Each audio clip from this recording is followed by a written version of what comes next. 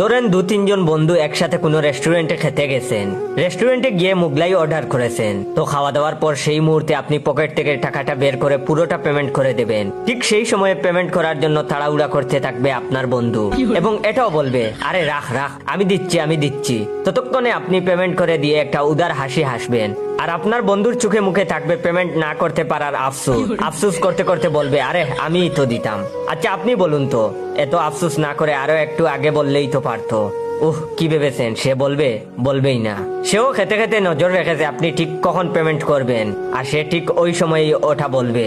আবার দেখবেন কিছু মানুষকে পাবেন যারা ফুড আইটেম অনুযায়ী নাটক করে। ধরুন আপনার বন্ধু তার সাথে এগ রোল খেতে গেছেন, দেখবেন এগ রোলটা হাতে নেওয়ার পর সে পাখির মতো কুটুর মুটুর করে একটু একটু করে খেয়ে যাচ্ছে, আর আপনি 4বার কামড় দিয়ে রোল কাবাব করে ফেলেছেন। রোল খাওয়া শেষ করে আপনি তো আর দাঁড়িয়ে দাঁড়িয়ে বন্ধুর রোল খাওয়ার রোল দেখবেন না, আপনি সেই পেমেন্ট করে দেবেন। তখন রোলটাকে বড় করে কামড় দিয়ে মুখের মধ্যে পুরোটা ঢুকিয়ে তাড়াহুড়া করতে করতে বলবে, আরে আমি দিচ্ছি, তুই রাখ। ততক্ষণে আপনার ফোন পে থেকে পেমেন্ট কমপ্লিট। আপনি মৃদু হাসলেন। আপনার বন্ধু তখন গাল ফুলিয়ে আফসোস করবে। তবে ব্যতিক্রম হয় ফুচকা খাওয়ার ক্ষেত্রে। ফুচকা খাওয়াটা সকলের একসাথে শেষ হয়, তখন নাটকটা হবে অন্যরকম। শেষ ফুচকাতেই খুব জাল লাগবে তার।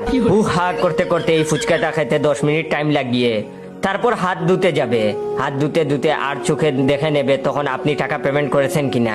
যেই দেখলো পেমেন্ট হয়ে গেছে, তারপর কিছু না জানার ভঙ্গিতে রুমালে মুখ মুছে মানিব্যাগ থেকে টাকা বের করে পেমেন্ট করতে যাবে। আর আপনি বলবেন, আরে আমি অলরেডি পেমেন্ট করে দিয়েছি।